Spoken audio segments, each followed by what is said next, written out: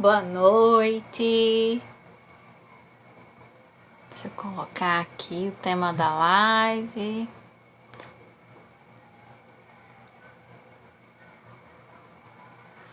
Olá, pessoal. Sejam todos, todas e todes muito bem-vindos, bem-vindas a mais uma live com uma temática super interessante. Saudade, Verlândia. Um beijo enorme para você. Boa noite, pessoal. Sejam realmente bem-vindos, bem-vindas e bem-vindes à nossa live de hoje. Como eu disse anteriormente, com um tema super instigante, nós vamos discutir masculinidades e as experiências escolares de jovens gays no ensino médio. Quem vai conduzir essa discussão é o assistente social e mestre em educação, Kleber Marques, né? Que é um querido, né? Foi meu aluno da graduação em serviço social, foi meu orientando de TCC. Então é uma alegria enorme, imensa, vê-lo galgando espaços tão importantes. Ele está entrando, eu vou mandar um convite. Vou mandar um convite para ele, para a gente começar a nossa discussão. Só um instantinho. Pronto, mandei. Convite.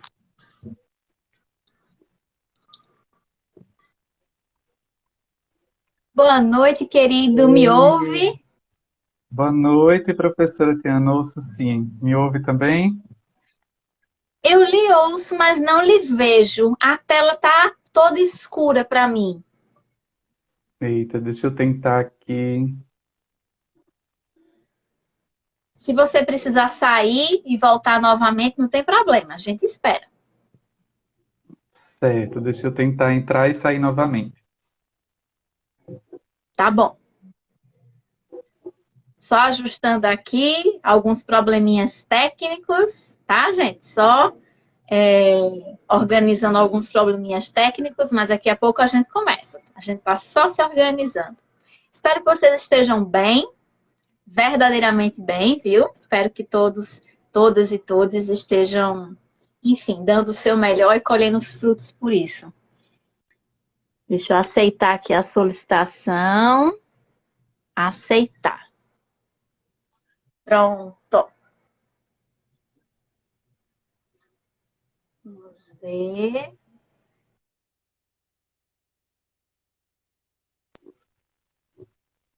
Agora! Boa Deu noite, meu certo. querido.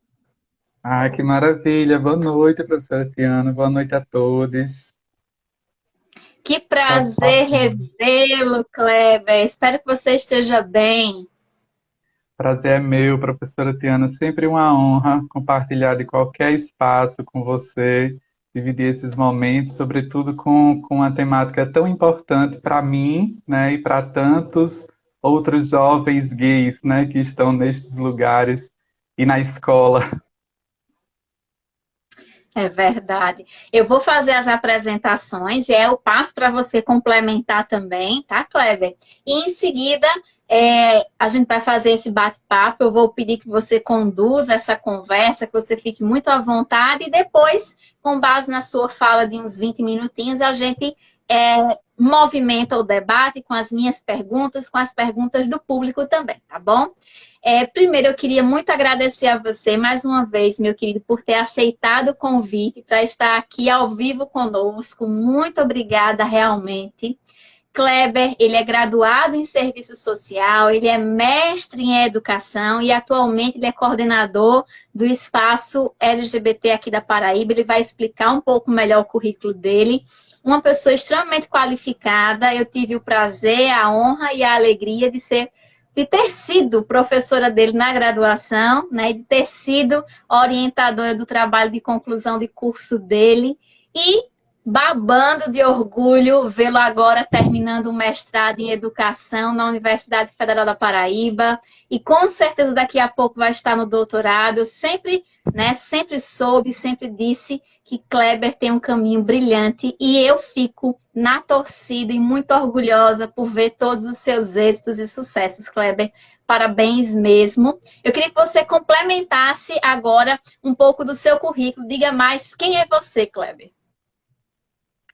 Então, professora Tiana, antes eu quero deixar registrado o meu agradecimento sempre, né?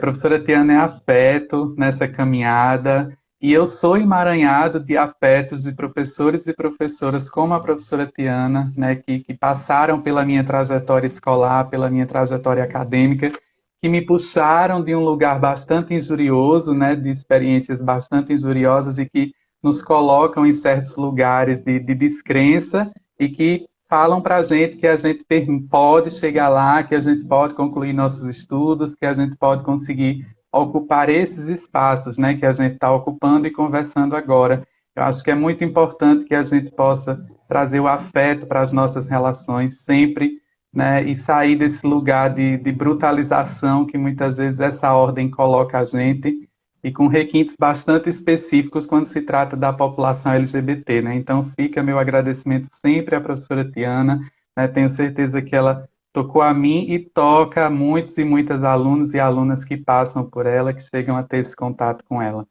né?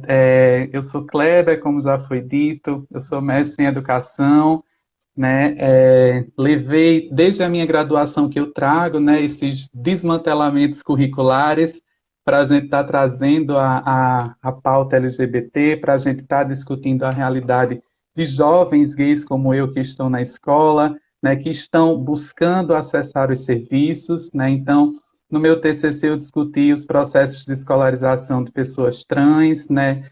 Na minha dissertação, eu trouxe essa discussão das masculinidades, e aí pensando mesmo nessas realidades de meninos gays afeminados na escola, né, no ensino médio.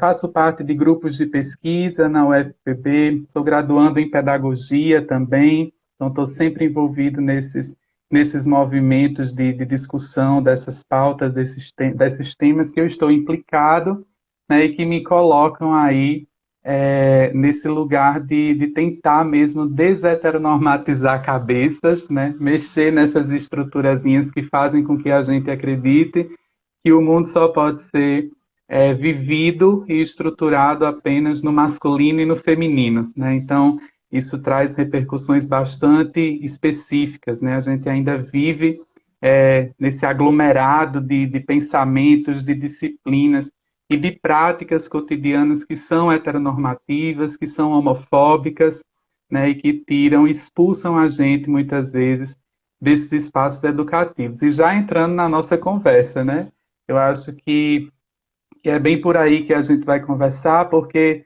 a gente faz gêneros e sexualidade o tempo todo, né? As pessoas dizem que a gente não pode falar sobre isso, que a escola não tem essa responsabilidade, mas a gente faz isso o tempo todo. A gente faz isso escolhendo uma roupa, né? Eu faço isso quando eu abro meu guarda-roupa e eu decido usar uma calça e não uma saia por ser menino, então eu estou fazendo gênero.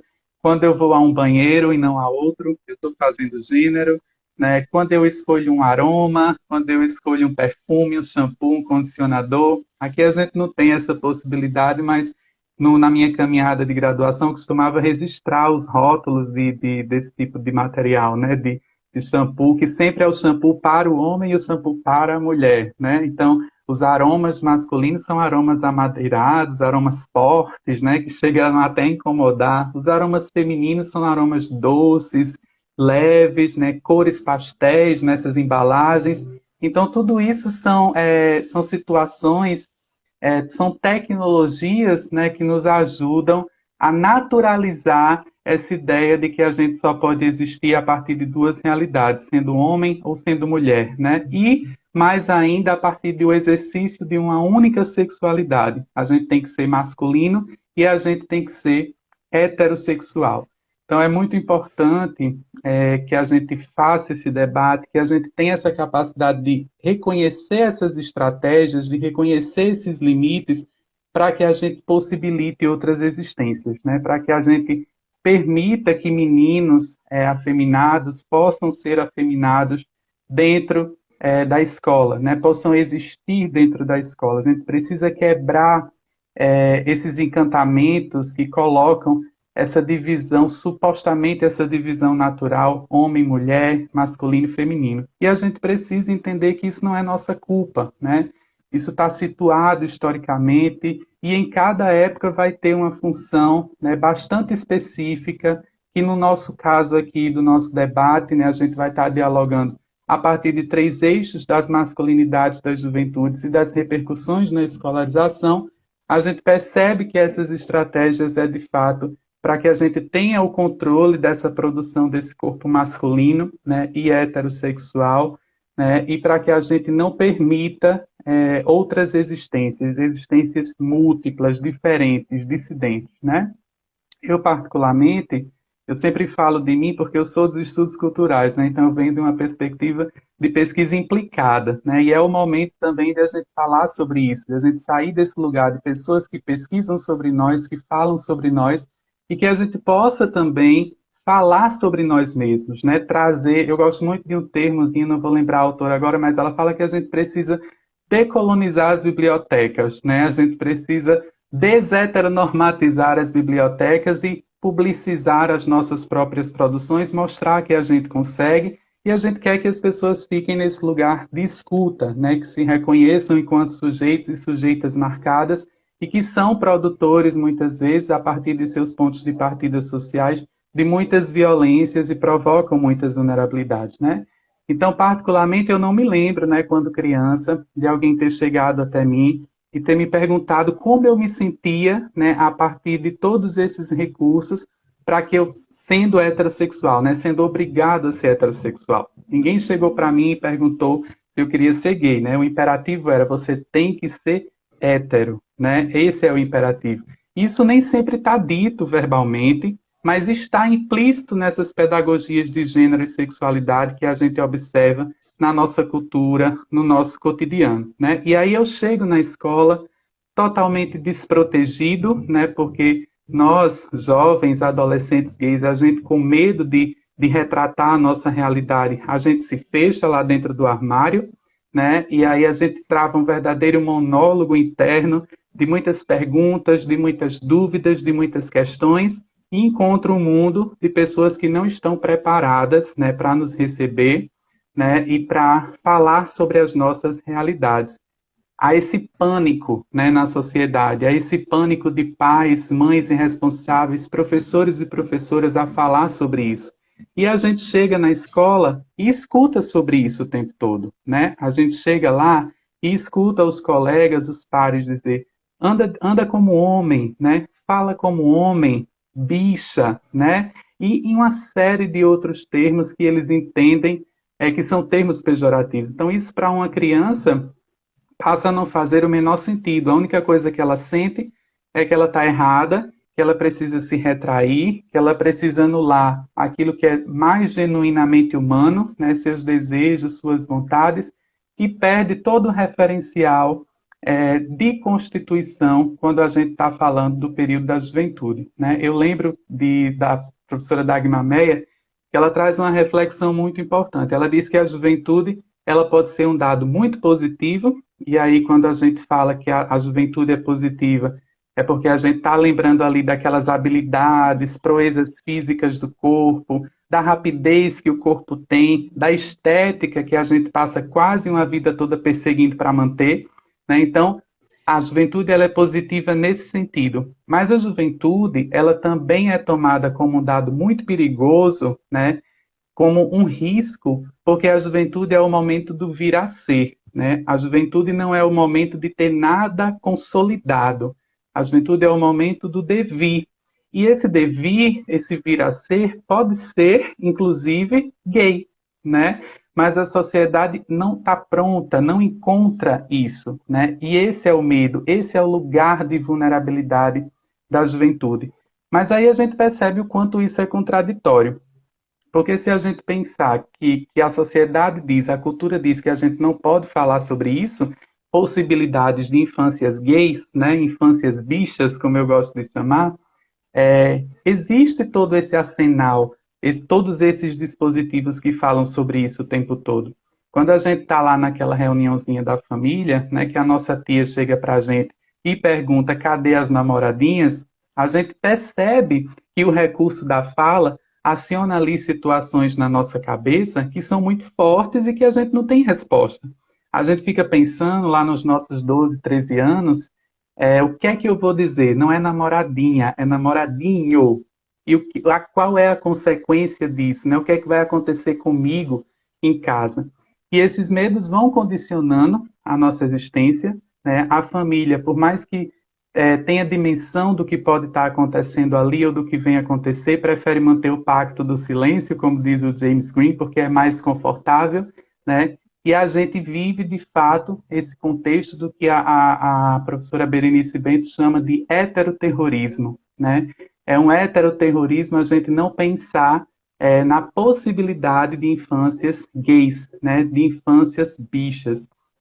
Quando a gente escuta também dos nossos colegas na escola, né, da nossa própria família, e aí se tratando da realidade dos meninos, que existe todo um ritual, um panorama, né, de referências para situar essa masculinidade, uma masculinidade que tem que ser rígida, uma masculinidade que tem que ser pautada na força, na expropriação, na violação e, sobretudo, no ódio a esse feminino, né?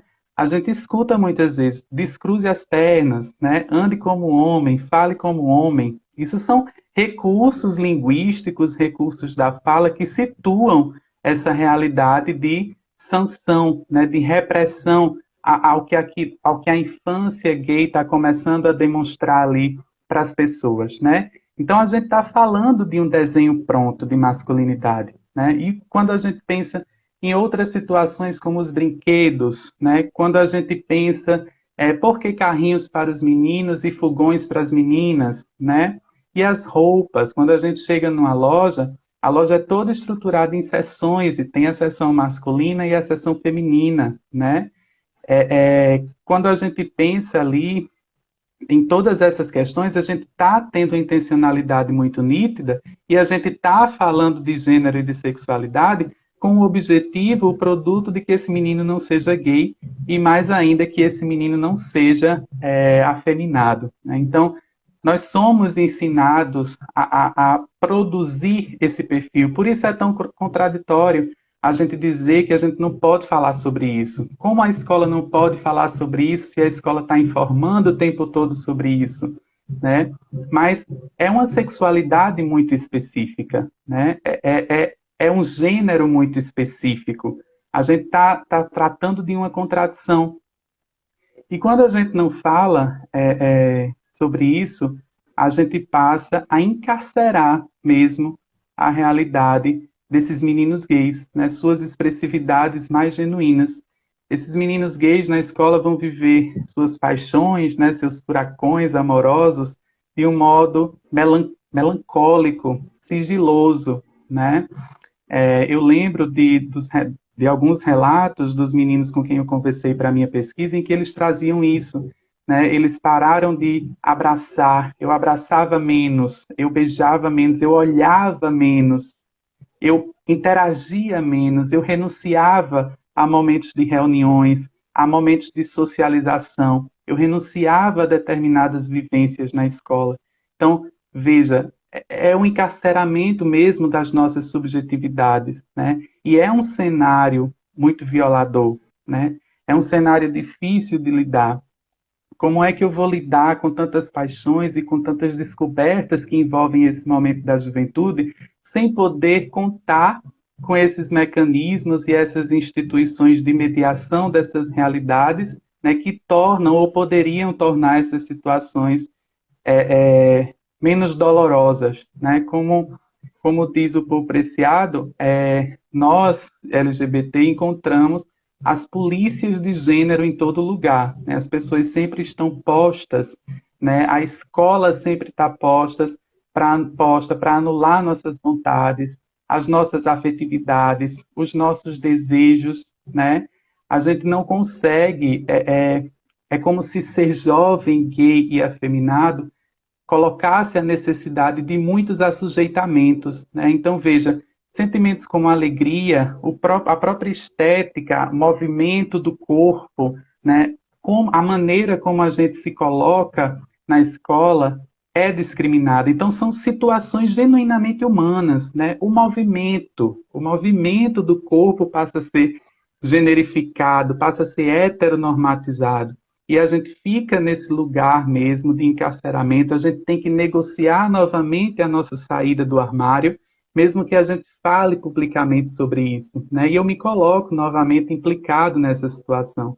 Eu, particularmente, quando estou no caminho para a academia, ou quando eu estou em determinado lugar que eu vejo que há uma reunião de homens, eu recuo as minhas expressividades, mas eu recuo por medo de ser violentado. Eu não sei o que é que pode acontecer, né? E a escola tem um lugar muito específico para operar com tudo isso. São coisas que estão para além do muro da escola, mas que encontram ali na cultura da escola, no currículo, nas práticas dos professores, professoras, merendeiros, porteiros. Eles concebem muito bem essa construção heteronormativa das realidades e passam a operar com isso, né? A cultura escolar, o currículo, sistematiza e organiza todos esses códigos, né, heteronormativos de produção desse corpo masculino que necessariamente precisa ser operado e que necessariamente esses meninos precisam chegar no final da educação básica sendo homens e sendo masculinos, né? Então, veja que se a gente pensa também do ponto de vista normativo, né, dos referenciais técnicos que nós temos para tratar de infância e de adolescência, a gente tem que fazer um questionamento a essas leis, esses referenciais.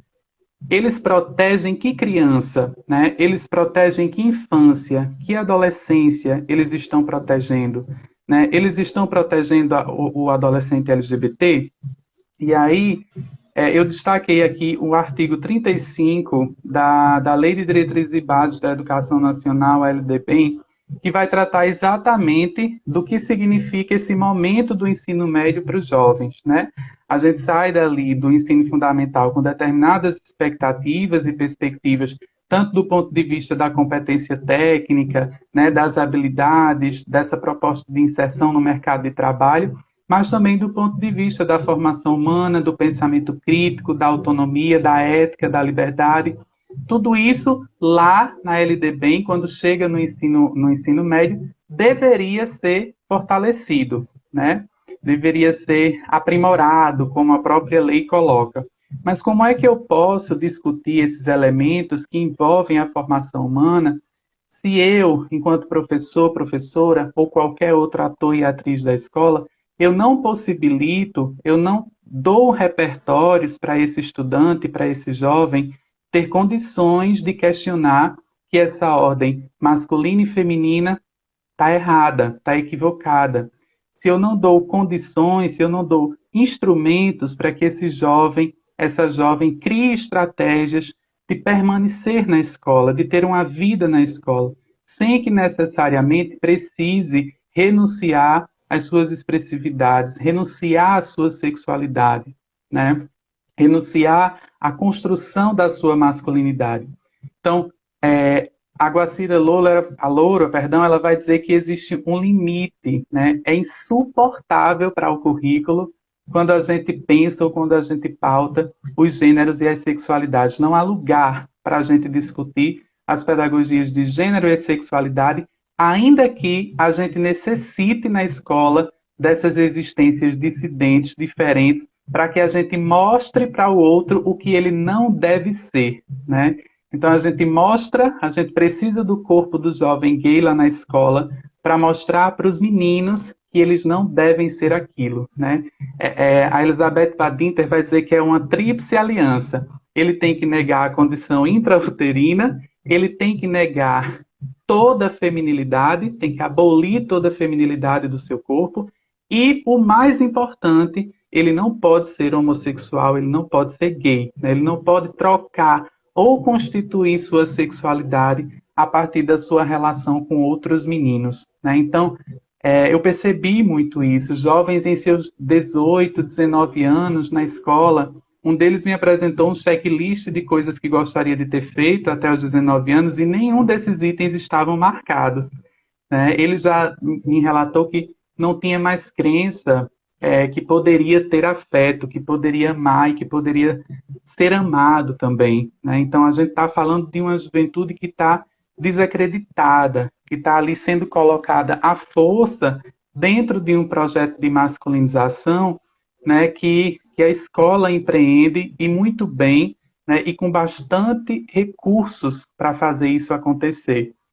Então, assim, é importante que a gente pense sobre isso, é muito importante que a gente fale sobre essas realidades, né? A gente está falando de uma juventude que acredita que não vai conseguir concluir os estudos, porque antes disso a homofobia vai expulsá-los, né? De uma juventude que não consegue, que acredita que não pode ter afetos, de uma juventude que tem acessos totalmente particulares à saúde, à educação, às relações comunitárias, às relações familiares, tudo isso assume uma perspectiva muito particular e muito específica de vivência na realidade de jovens gays, né? Quando a gente fala do acesso à saúde, por exemplo, a pessoas trans, essas pessoas vão evitar buscar a saúde porque sabe dos constrangimentos que passam lá.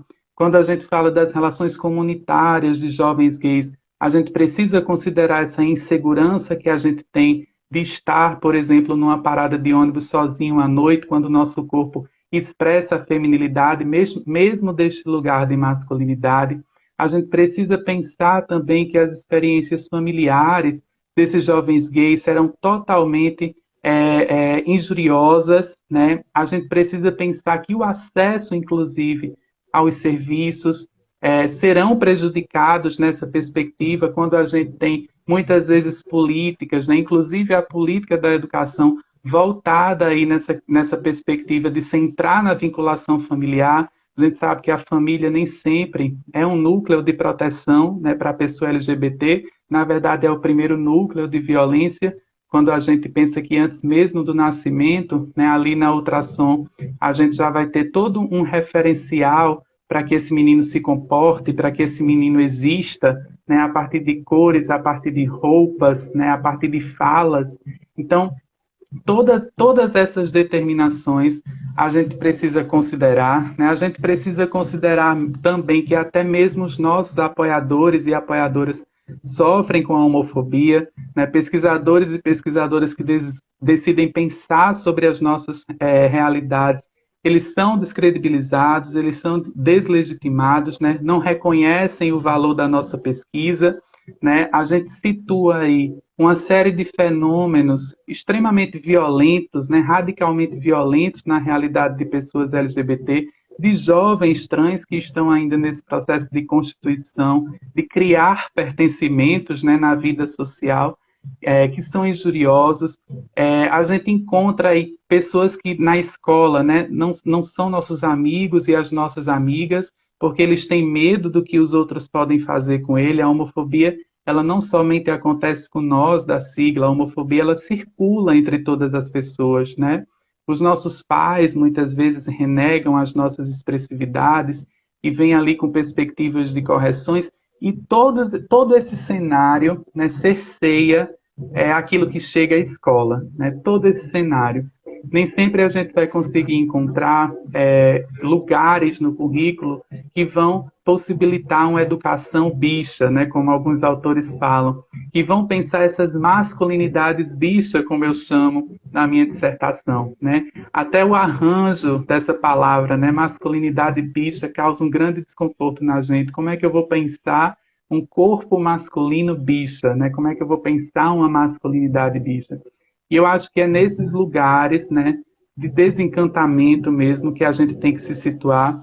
É nesse lugar de reconhecimento dessa desproteção que a gente vive, que a gente precisa refletir, sobretudo na educação, né?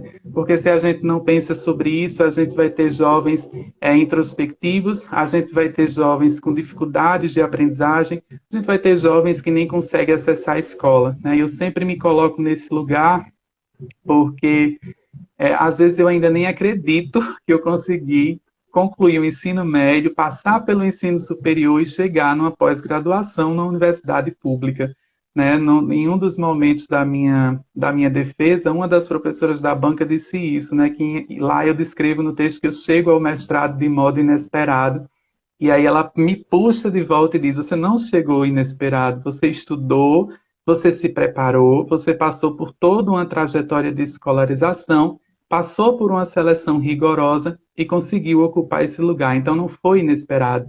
Mas esse é o sentimento que essas vivências desprotegidas, né, que essas vivências encarceradas que a escola coloca para a gente, faz com que aconteça, né? Então, o mínimo da condição humana, as relações de amizade, os vínculos afetivos seguros, né? Os vínculos familiares seguros, a nossa própria expressividade do nosso corpo, da nossa mente, a nossa língua, né? Aquilo que a gente fala, as nossas gírias. Então, toda a nossa produção, ela é negada, toda a nossa produção, ela é violada, né? E isso na escola toma contornos bastante específicos, de modo que a gente não consegue encontrar apoio, né? Então, é um universo de subjetividades, né? São muitos meninos, inclusive, tentando firmar suas masculinidades a partir da negação das nossas existências femininas, né? Neste lugar de efeminado, né? Na escola, e que vão fazer isso de uma forma muito violenta e de uma forma muito requintada, contando com a recepção, muitas vezes, de professores e de professoras, né, e de um currículo que não está preparado para nos pensar, né, e de práticas ali naquele contexto que acabam reafirmando discursos religiosos de condenação, né, discursos jurídicos de que a nossa realidade não é possível, não é permitida, e discursos médicos também, né? A gente vive nessa conjuntura esse momento de refluxo, né, de um processo que parecia estar avançando, do ponto de vista legislativo, mas que encontra muitos impedimentos nessas práticas culturais, né, que retomam aí esses ideais de construção de masculinidades e de feminilidades a partir de marcadores bastante específicos, né? Então, para quem essa proteção legislativa, normativa, ela está operando, né? Que tipo de criança ela está protegendo, né? Como os serviços estão alcançando esses jovens que me relataram situações tão difíceis e que a escola confunde toda essa retração, né, e toda essa dificuldade de relacionamento, de vinculação e até de desempenho, né, como uma culpa pessoal, né, como uma condição pessoal, um desinteresse. Então, eu acho que é a partir dessas realidades, né, que a gente precisa refletir, é a partir dessas provocações que a gente precisa situar, né, onde está essa juventude LGBT. É possível que a gente saia desse lugar de pânico e de medo, né, da existência mesmo de juventudes LGBT, porque elas existem, né? Eu fui um deles e existem tantos outros que agora está na escola, né, e que precisa desse apoio, que precisa dessa orientação, que precisa que as pessoas estejam preparadas para tratá-los nas suas humanidades, né, nas suas existências. Então, a gente precisa pensar e superar essas perspectivas de controle, né, que as pedagogias de gênero e sexualidade acionam ali na escola, acolher esses jovens, acolher esses meninos e permitir que eles sejam meninos femininos, né? Permitir que eles se atraiam por outros meninos, que eles gostem de outros meninos, né? E que isso faça com que essa vivência no contexto escolar seja menos doída, né? Seja menos violenta, violadora, expropriante mesmo de quem nós somos, né? Acho que professores, colegas, todo o corpo docente, apoio técnico, precisa pensar nessas juventudes. É um dado, é uma realidade, né? A gente não pode permitir que a nossa juventude cresça nesse contexto de frustração, né? Nesse contexto de ter que retornar ao armário a todo momento que encontra um amigo, né, em algum lugar. E aí eu me reporto, inclusive, a uma situação de um dos meninos que conversou comigo lá na pesquisa, e ele disse que em determinado momento encontrou um amigo que fez na escola, que eles já tinham tido algum tipo de afeto, alguma troca afetuosa, né, algum interesse também, encontrou ele em um restaurante e naquele momento ele estava com uma amiga, né? Que dava a entender ali que era a namorada dele, não sei. E, e ele começou a conversar, e por medo desse menino, né, de que ele denunciasse, de que em algum momento houve algum tipo de atração, houve algum tipo de uma troca de afeto, ele simplesmente saiu da mesa do restaurante, do lugar, e o deixou sozinho, né? Então, essas são as realidades dos jovens que estão na escola e que muitas vezes não chegam aos professores, não chegam à direção, e quando chegam, estão despreparados para lidar com isso, né? No contexto da minha escolarização, ainda lembro, tenho isso muito vivo na minha cabeça, que quando eu estava passando por esse momento de saída do armário, né, de falar sobre a minha sexualidade, ainda que com muito medo, com um pouco mais de segurança, a psicopedagoga, depois de me ouvir, não disse nada, abriu a porta que tinha por trás dela e disse que tinha um problema no terceiro ano B, né? Então, o problema era eu, o problema era um jovem gay que estava desmantelando toda a realidade consolidada ali de produção daquela escola, que precisava mostrar para os pais que tinham realmente produzido corpos de meninos, né, masculinos e heterossexuais. Então, o problema para ela era como ela ia falar sobre isso na escola, né? Inclusive, nós falávamos sobre uma variedade de temas, mas até a possibilidade discursiva, né, de nomear mesmo aquele é um jovem gay, existe um jovem gay aqui na escola, né, era negada. E eu chego à escola para fazer a pesquisa ano passado, 2021, e encontro, né, me surpreendo porque encontro essa realidade, né, dentro inclusive de um regime de visibilidade que a mídia coloca, né, que alguns meios colocam, uma vez que essas questões ganharam inclusive um lugar de produção, né, as nossas pautas foram apropriadas e se tornaram mercadorias, se tornaram valor, né? Então, chego na escola, né, percebo essas territorialidades e percebo os jovens com essas realidades, com esse tipo de realidade, né, tendo que negar seus desejos, suas vontades, seus afetos, suas seguranças e inseguranças, né? E com toda uma pressão, né, que faz parte da juventude sobre quem vai ser profissionalmente, quem vai ser como pessoa, né, o que vai fazer, e não tendo a menor possibilidade de falar sobre isso. Então, acho que é o momento mesmo da gente se inquietar, é o momento da gente olhar para essa possibilidade de uma infância bicha, de uma infância gay, de jovens gays, para que a gente possa pensar realmente numa perspectiva de uma educação que inclua a multiplicidade, né? Que tente fazer com que a multiplicidade seja parte daquele contexto escolar e que não as expulse da escola. Porque a gente está lidando com jovens e jovens têm sonhos, né? E não é romantizando a situação, porque a gente sabe das repercussões que essas negações têm na nossa mente, né? E das descrenças que a gente carrega durante toda a nossa vida, nesse trânsito que a gente vive, né? Eu parto de uma concepção que o Joel Birman fala sobre a juventude, né? De que nós, LGBTs, nós não vivemos como as pessoas cis, né? Infância, adolescência, juventude, vida adulta, não, velhice, a gente não vive nisso. A gente transita por todos esses lugares, porque a gente tem, de fato, né, uma infância negada e, mais ainda, uma infância, uma adolescência roubada por conta desse pânico cultural que se entende de que não podemos falar sobre isso e de que não fazemos gênero e sexualidade no cotidiano. Então, acho que essas são as minhas provocações por hora, né? Nós temos esse espaço aqui para discutir mais um pouquinho. Espero que eu tenha plantado algum desencantamento na cabeça de vocês sobre esse conteúdo. Espero que vocês se atentem também para as suas crianças, né, para os seus adolescentes e jovens, dentro de uma perspectiva de permissão, de proteção, né, para que a capacidade genuína dessas pessoas de se expressar e de ser possam acontecer nesses lugares que ultrapassam os muros da escola e que cheguem mesmo para desmantelar aquilo que parece tão cristalizado no contexto escolar. Perfeito, Kleber, meu querido. Kleber acabou de fazer uma síntese da apresentação da defesa da dissertação dele, que eu tive o prazer de assistir, ao menos uma parte.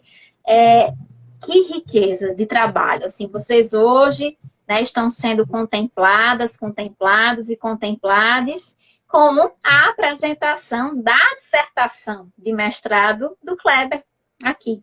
Queria que vocês colocassem as perguntas, né, as dúvidas, as reflexões. Mas enquanto isso, enquanto eu já vou ler os comentários de vocês, não se preocupem, Kleber, eu queria, além de parabenizar, dizer o seguinte: como é importante quando o aluno, a aluna,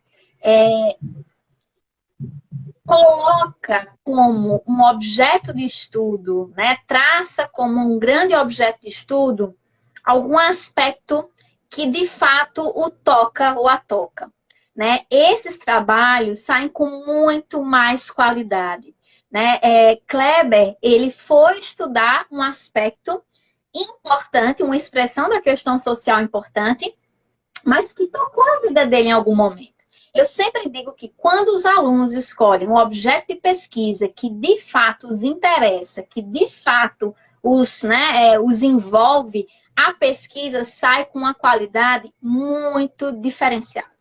O exemplo que a gente tem aqui é o trabalho de Kleber, e assim também o foi na graduação, né? Kleber conversou comigo sobre o que ele pensava em pesquisar, ele me perguntou se achava se isso era possível, estudar no serviço social, e eu disse que sim, obviamente, que era importante, uma vez que é uma expressão da questão social, uma vez que a defesa, né, a luta pelas pautas, pela agenda LGBTQIA+, né, uma das diretrizes do Conselho Federal do Serviço Social, né, a defesa intransigente dos direitos humanos está posta no nosso Código de Ética.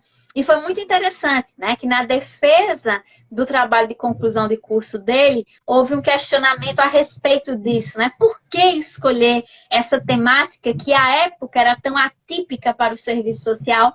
E nós defendemos veementemente, né, que era fundamental por essas 3 razões que eu acabei de elencar para vocês aqui. Primeiro, está no nosso Código de Ética, defesa intransigente dos direitos humanos. É uma expressão da questão social e é uma das pautas, uma das agendas, né, do Conselho Federal de Serviço Social. E eu até coloquei a época que se isso não vem sendo suficientemente discutido, é um problema da profissão, não do meu aluno, né? Então, foi muito importante ele introduzir esse debate no serviço social e ele estende isso para a educação. Eu fico muito orgulhosa. E me passa algumas reflexões importantes, Kleber, no que você fala. Assim, quando a gente está falando de gênero e sexualidades, é sempre muito importante lembrar que comportamento não tem nada a ver com o gênero ou com a sexualidade. Então, ser doce, ser afável, está associado ao que é considerado feminino. Ser agressivo, ser assertivo, está associado àquilo que é considerado masculino.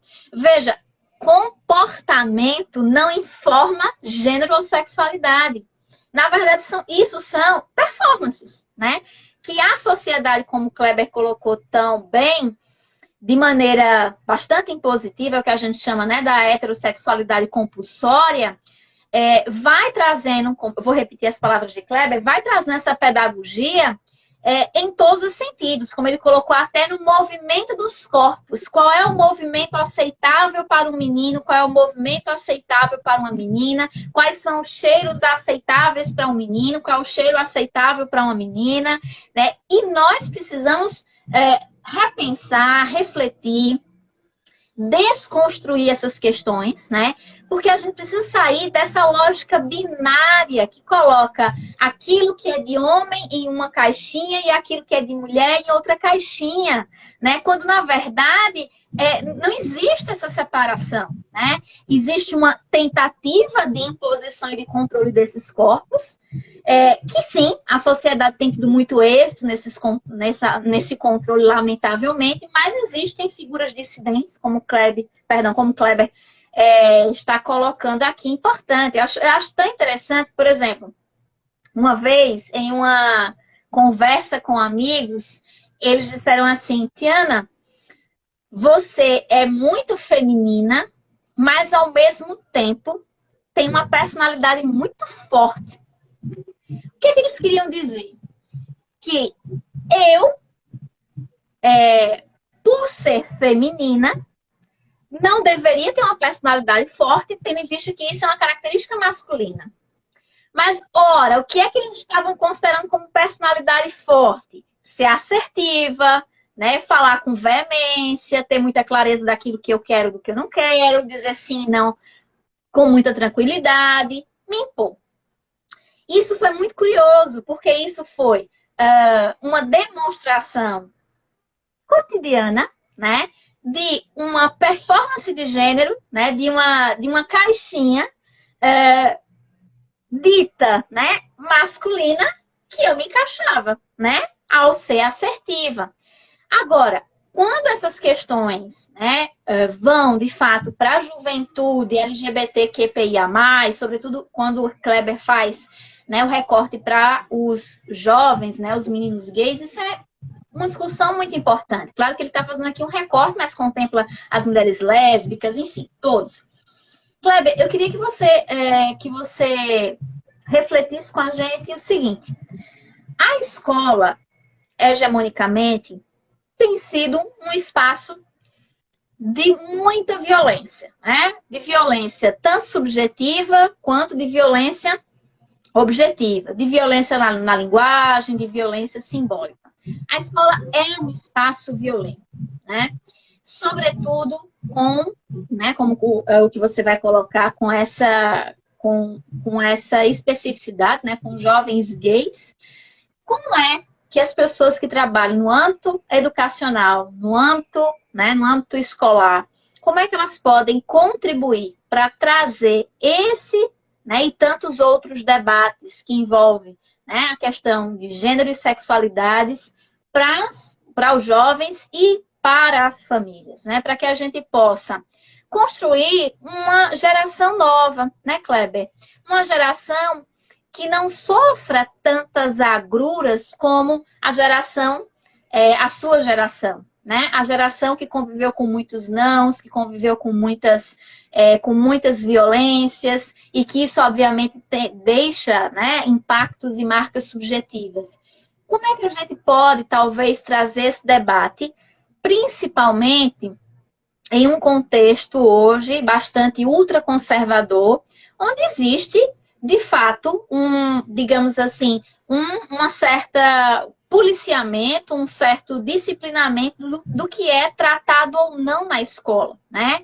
A ala conservadora vem fiscalizando bastante o âmbito educacional, tirando a autonomia dos professores, né? Tirando a liberdade de livre cátedra. Como é que a escola pode trazer essas discussões, não só os professores, mas os assistentes sociais, psicólogos, a equipe, para estar trazendo isso para o debate? Eu acho que o primeiro passo é fazer com que essa discussão chegue nas escolas, chegue no âmbito educacional. As pessoas precisam ter acesso a isso.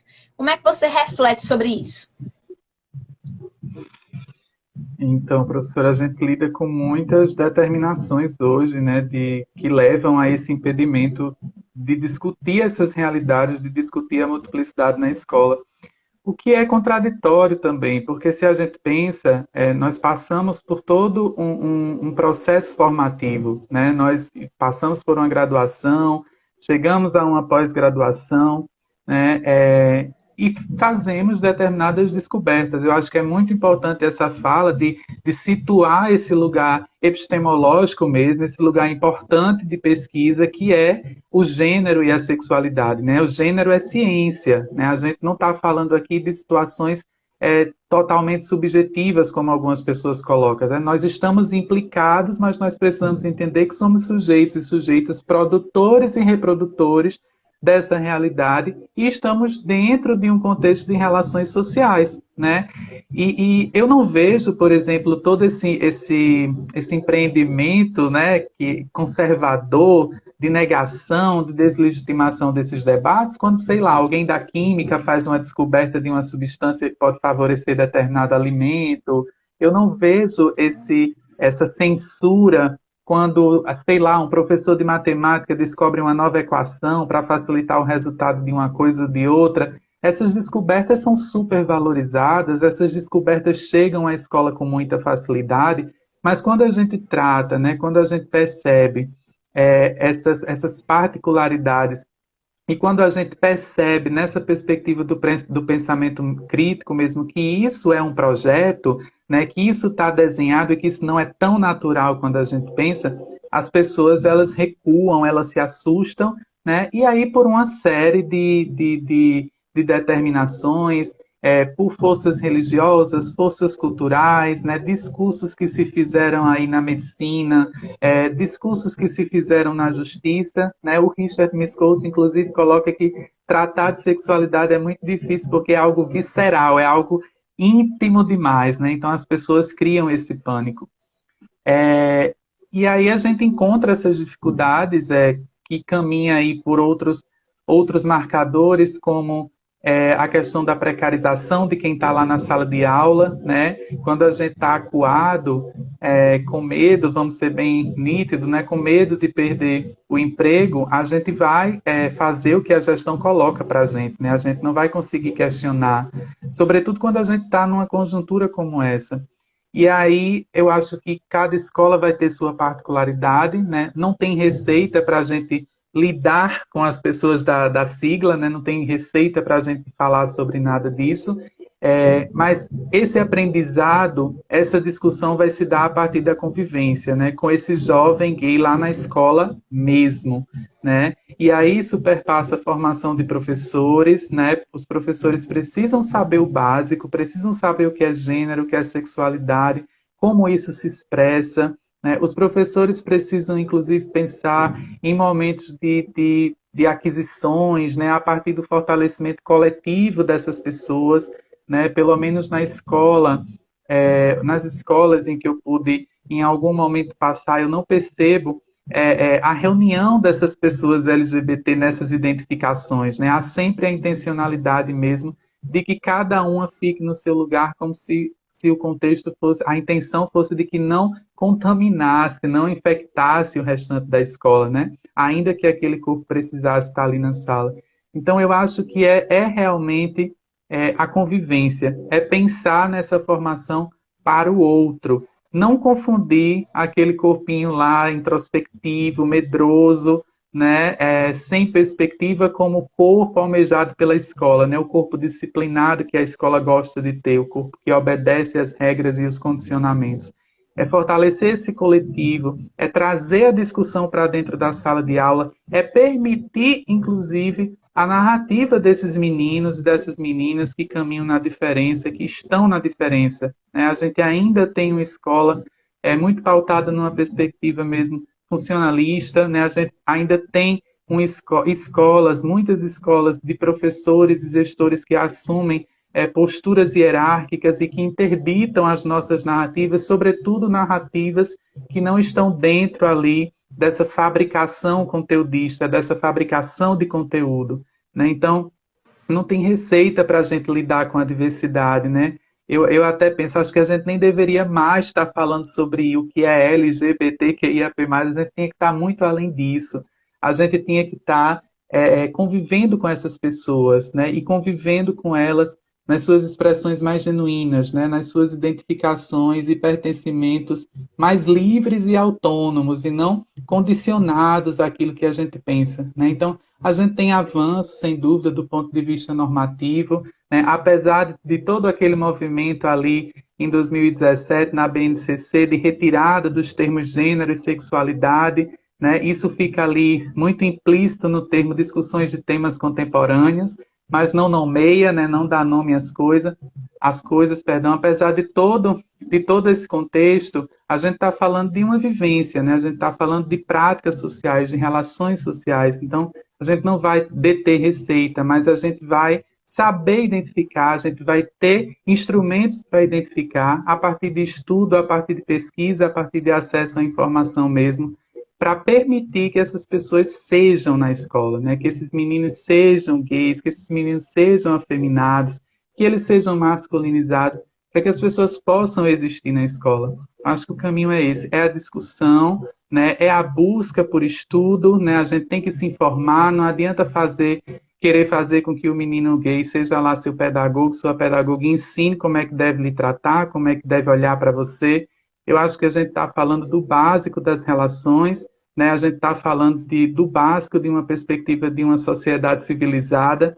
Então, eu acho que o caminho é esse, né? O caminho é a busca por reconhecimento dessas existências, né? A busca é por inclusão dessas existências e por permissão dessas existências. Perfeito. Eu vou ler aqui alguns comentários, Kleber, para a gente refletir. Enfim, a Babi Dias diz: insistimos no debate pela necessidade e não pela vontade. A gente tem aqui muitas palminhas, o pessoal gostando muito do debate. Aí a gente vai ter aqui também Babi dizendo: a lógica binária criminaliza tudo que foge ao determinado socialmente em nossa sociedade preconceituosa, patriarcal e homofóbica. A gente vai ter também aqui a KB Poesia em Mim. Kleber, gostaria de saber se na pesquisa foi relatado as rotas de fuga na época da escola, para troca de afeto, resistência. Na nossa época, era o banheiro feminino. Você pode comentar um pouquinho, Kleber?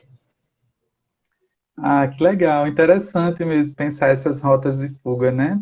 Eu chamo de assujeitamento, mas é isso mesmo, a gente tenta encontrar caminhos ali para sobreviver, né? Para que a nossa vida seja possível na escola. No caso dos meninos gays, o movimento que eu identifiquei foi uma forte aliança com o feminino, né? Então tinha essa aliança com as meninas, as relações do ponto de vista de amizade, de afeto, se davam muito mais com as meninas, e já partindo mesmo desse pressuposto de não reconhecimento desse exercício de uma masculinidade hegemônica, né? De uma masculinidade rígida, de uma masculinidade que não troca afetos, de uma masculinidade inclusive homofóbica, a partir do momento que eles percebem, detectam essas construções, começam a se aliar mais às meninas, né? E uma outra rota de fuga, né? E aí já seria os meninos gays se apropriando de um recurso muito característico da masculinidade, né? Que é a violência. Os meninos costumam resolver tudo na violência.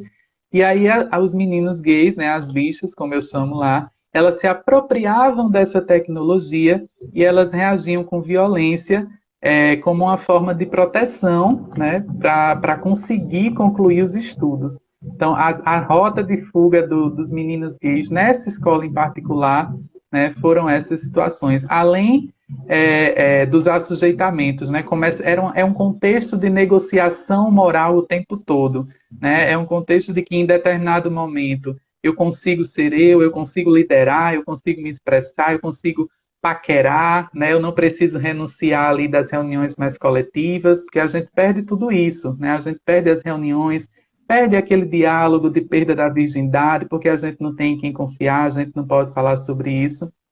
E aí a gente vai encontrando esses caminhos. Então, em particular dessas escolas, né, a gente não pode universalizar, né, cada escola vai trazer uma realidade específica, né, são territorialidades que se criam a partir de inúmeros condicionantes, né, de classe, de raça, de cor, de idade, inclusive. Mas no caso deles era esse, né? No seu caso foi o banheiro feminino, no caso dos meninos gays dessa escola, foi essas alianças com as meninas, né? Alguns deles diziam, elas são minhas salvadoras, porque sem elas eu talvez não conseguisse, né, ter uma vinculação tão positiva. E eu também me coloco nesse lugar, eu sempre faço questão de me implicar nessas reflexões, porque hoje, inclusive, eu tenho certo receio até de ter amizades com homens héteros, porque não é fácil, né? E aí eles acham que é divertido, né? É a nossa expressão, é o contexto da homofobia recreativa, né? Acha que as nossas expressões, nosso jeito de falar, nosso jeito de expressar é aquela coisa caricata, né, divertida, é engraçada e não é, né, é o nosso jeito de ser e a gente precisa entender isso. E aí me reconheço, inclusive, neste lugar dos meninos, né, de fazer aliança com as meninas para poder ter esses lugares de mediação e falar das minhas frustrações, dos meus afetos, que foi o caso dos meninos com quem eu conversei na pesquisa.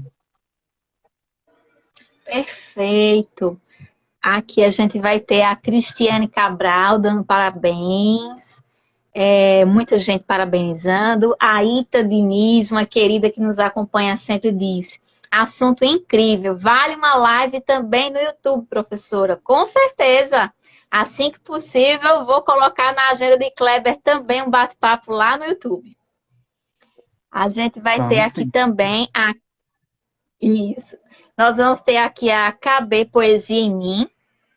Na época da escola, colocavam vigia na porta do banheiro feminino para impedir a troca de afetos entre as lésbicas e bissexuais. Tamires Farias diz: o seu trabalho foi maravilhoso, uma pesquisa encantadora. Babi coloca sem culpa e sem condenação.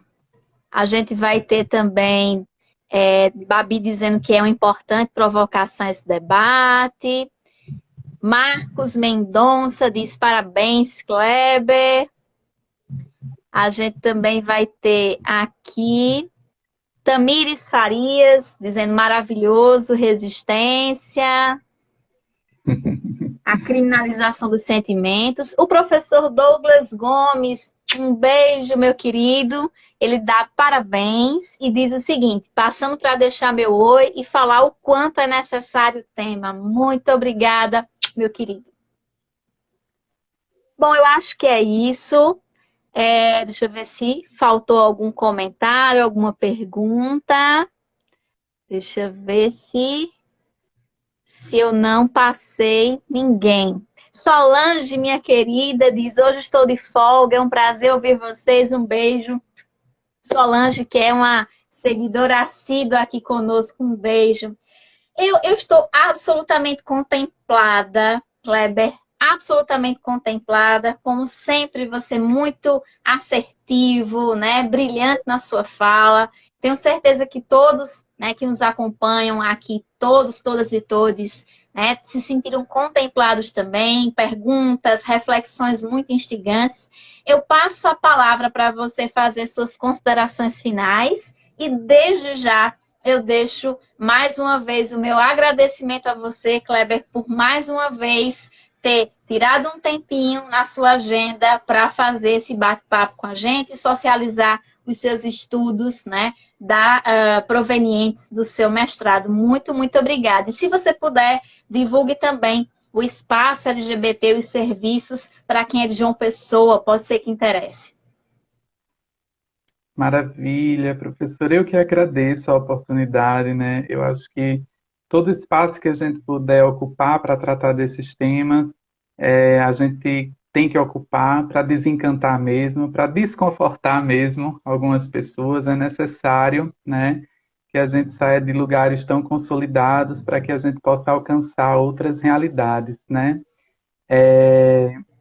Essa questão que acho que a Babi comentou, né, ou outra pessoa, não me lembro, me perdoe, com relação aos banheiros, mas veja como realmente nós estamos encarcerados, né, nos nossos gêneros e nas sexualidades, uma vez que até uma situação fisiológica incomoda tanto as pessoas, né, a troca de afetos. Então, é uma série de situações que eu acho que a gente pode dar nome, a gente tem que chamar de que é um genocídio cultural mesmo das nossas existências, né? É uma tentativa de apagamento, de despersonalização, de descaracterização desses corpos, dessas mentes e dessas realidades, e a gente precisa romper, né, com esses encarceramentos, a gente precisa romper com essas crenças para que a gente possa realmente falar em proteção, né, para que a gente possa realmente permitir a existência das pessoas, para que a gente possa humanizar, né, esses corpos e essas realidades. Então, sobre o Espaço LGBT, eu estou coordenador do Espaço LGBT, né, que é o Centro Estadual de Referência dos Direitos LGBT daqui de João Pessoa.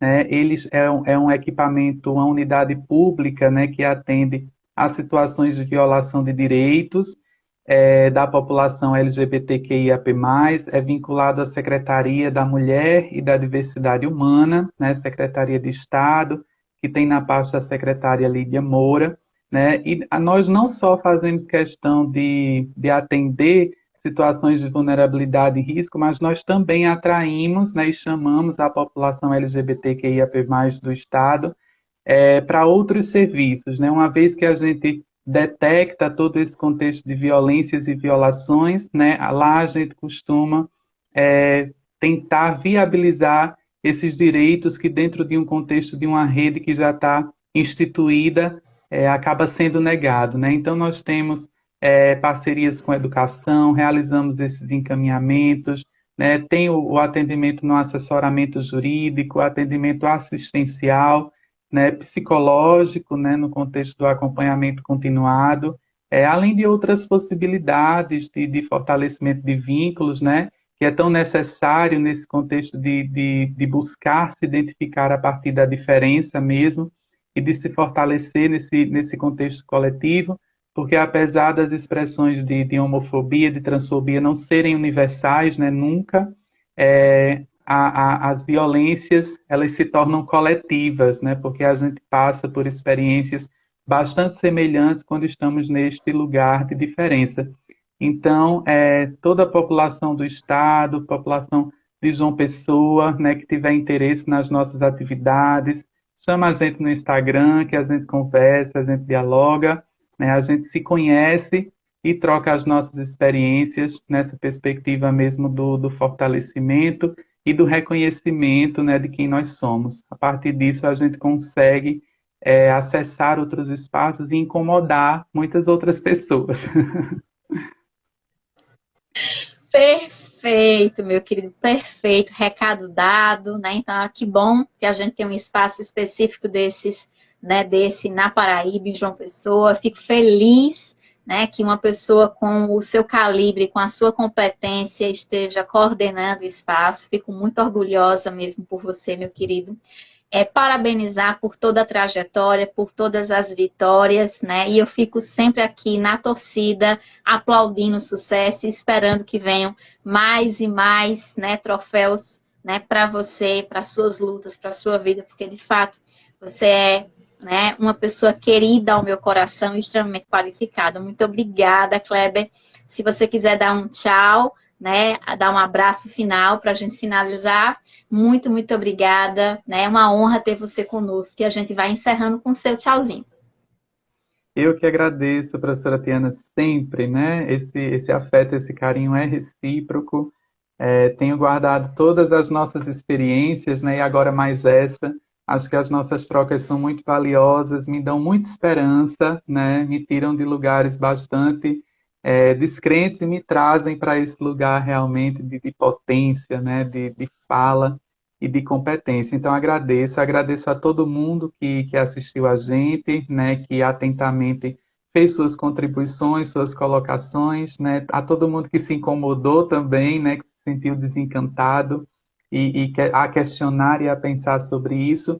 E eu acho que é isso, né? A gente fica por aqui. Espero outras oportunidades para encontrá-los e encontrá-las, para que a gente fortaleça essa discussão e encontre caminhos. Com toda certeza. O próximo bate-papo vai ser lá no YouTube.